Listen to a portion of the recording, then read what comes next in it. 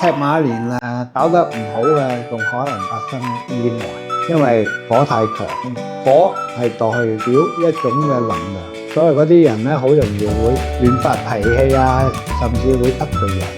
所以我就專門做咗呢個五行手串，呢個手串係師傅赤馬紅羊年俾大家準備嘅禮物。今年丙午年啦，丙午咧雖然佢立音嘅屬水都仲好啲，但係咧佢天干丙火係代表太陽，而且佢做顏色，即係話今年嘅太陽特別厲害，因為太陽光線太強烈啦，一曬落嚟令到啲土都會成龜裂㗎嘛。咁所以咧我就建議咧大家咧摸呢個手珠嘅時候咧，尤其是喺春天嘅時候，先摸一摸青色嘅，青色係代表一種生氣。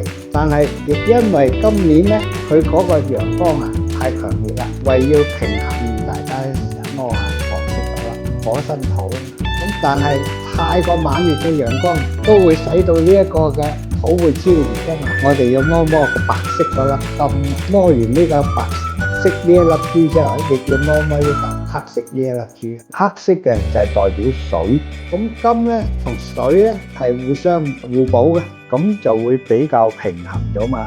如果大家對我呢個手串感興趣，可以點擊左下角將佢帶翻去平衡一下。咁仲有紅色嗰粒珠係點解啊？因為呢一歲手鏈咧，佢係配合咗九紫離台，配合大運啊嘛。